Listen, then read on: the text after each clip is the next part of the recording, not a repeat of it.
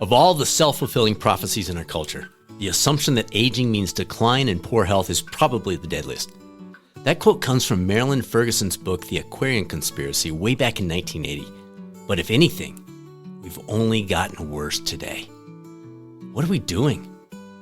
In case you didn't already realize, our answer when it comes to the influence of our perspective about our chronological age matters. It matters far more than we ever imagined. At times, as in essentially all the time, it may feel like we're swimming upstream as those living the not done yet life. You hear it all the time, right? Friends and peers consistently blame their latest shortcoming or deficiency on age. Constant references in the news or TV shows surround us, pointing to age as the primary driver of expanding waistlines and sore joints. And then we also face scientific-sounding clickbait, like a recent Wall Street Journal article a friend sent my way, pointing to sudden biomolecular shifts at ages 44 and 60, which made for a great headline, but very little reality. And those only add fuel to the fire. Don't fall for it. Yes, of course age matters. A top-tier athlete in their 60s will never match that of a similarly conditioned 25-year-old. That's not the point. Listen carefully to what the evidence states. We lose an average of 1% of our strength, function, and conditioning per year after the age of 40, all things remaining equal. Did you catch those last four words? All things remaining equal. In other words, they're referencing the person who doesn't take any steps, the average person, the person who stopped exercising years ago, lets their tongue rather than their physiology guide their fueling, and chooses swiping over sleeping. That's not you. And we'll talk about why that, the psychology of our physiology, is so very important as we move through life's second half. Welcome back to the Not Done Yet podcast. I'm Dr. Brad Cooper of Catalyst Coaching, and I am grateful to have you join me as we journey through this unique phase of life together. While many in life's second half are content to sit back and live passively ever after, there are plenty of us who sense something deeper. A life of possibility hidden just beneath the surface, ready to make a positive difference in this world. It's my hope that this podcast helps uncover, encourage, and launch those possibilities in you. So let's jump in. Returning to those four key words that accompany the data on aging. All things remaining equal. There is such a massive opportunity awaiting all of us in life's second half if we tune into that. Of course, if each of us were completely dialed in physically, if we are all professional endurance athletes at our current age, then age would be the remaining factor toward which we could point our finger because we'd taken care of everything else. Clearly, that is not even close to the case. A cursory review, not even a deep dive, but a cursory review of the study on which the Wall Street Journal article I mentioned earlier was based provides a great example. The cohort in the study was small, 108 people. And those 108 people were spread across a 50-year span from 25 to 75, and 86% of the participants were overweight or obese, which exceeds even our current population level, which sits at 71%. So while yes, the study is quite interesting, it was fun to read, and it does an exceptional job of setting the stage for future research, the associated headline and apparent application, they don't apply to you. You're making a point to consistently tune into the Catalyst cornerstones. Move, fuel, rest, connect. You understand choices trump calendars. When your outcomes don't match expectations, you look for opportunities to shift your actions instead of shifting the blame.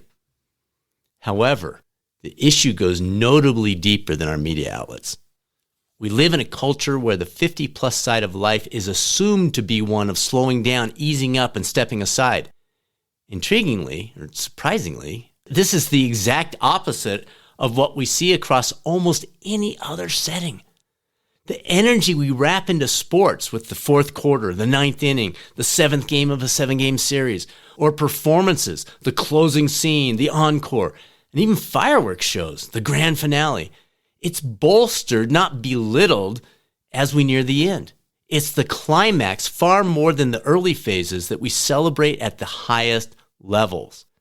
But then for some reason, we step back into real life, our literal lives, and reverse our perspective, assuming the final chapter is nothing more than a long wave goodbye.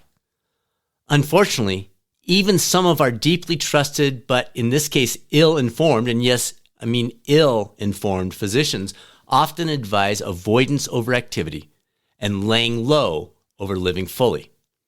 Don't push too hard.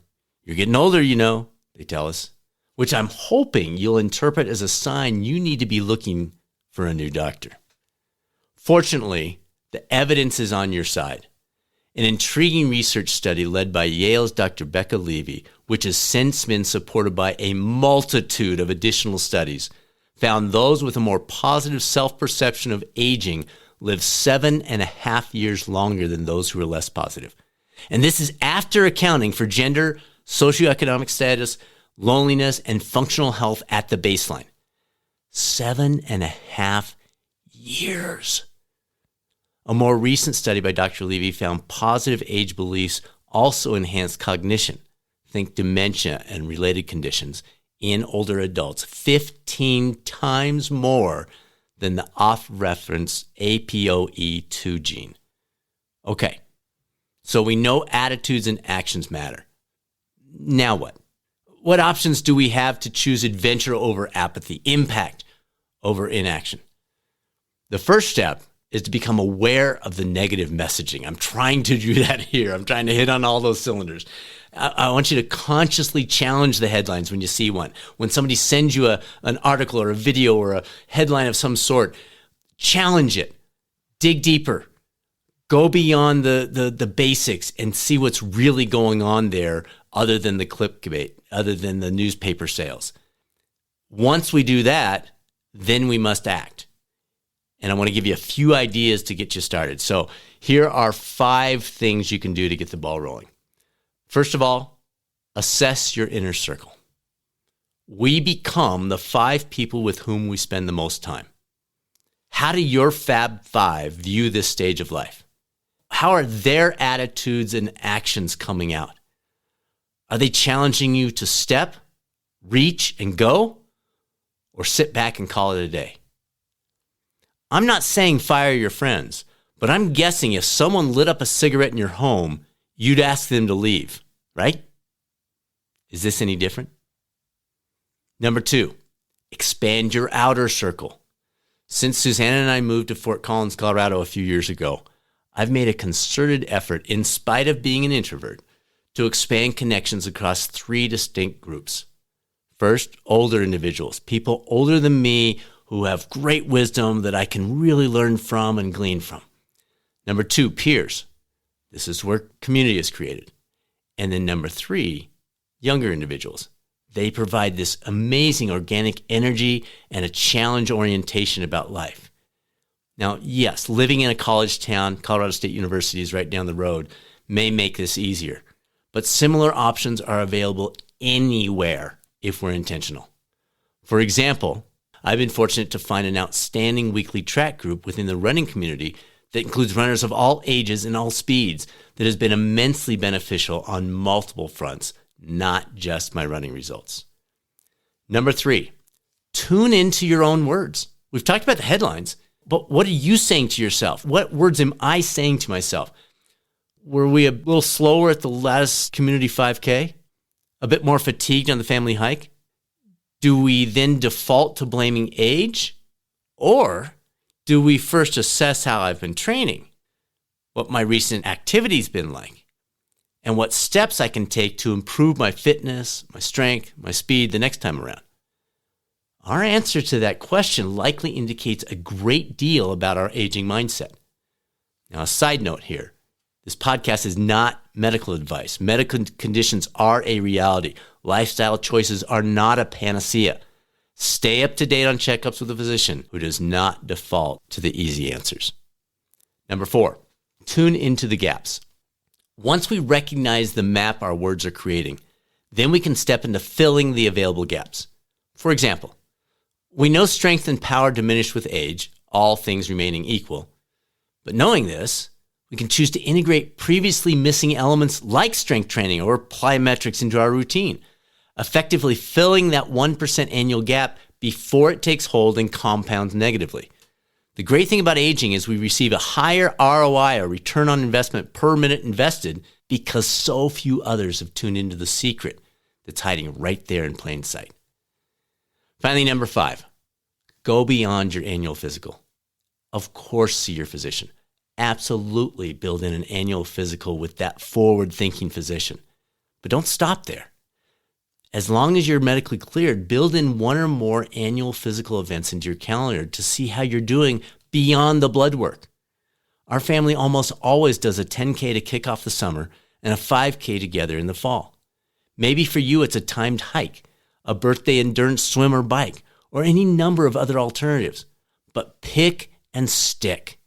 By making the same event annual, same course, same place, same general weather, then any reduced performance and the clear next step, what I've been missing, become obvious. Plus, I'll admit the accountability of knowing it's coming plays a powerful role in the way we live out the months preceding that.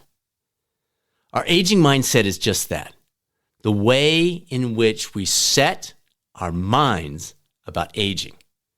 It affects our approach to each day's challenges, shifts our desire to step into those challenges, and even bolsters our cognition. Age is not simply a number.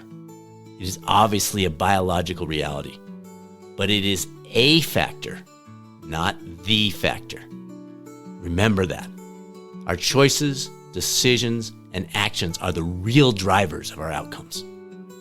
When we step into the purposeful, realistic mindset about the turning of the page and stop giving age the ultimate power over the way in which our lives play out, we garner new autonomy, engagement, and hope. And hope, my friends, is a spark that brings light to the darkest night and reminds us that we are not done yet.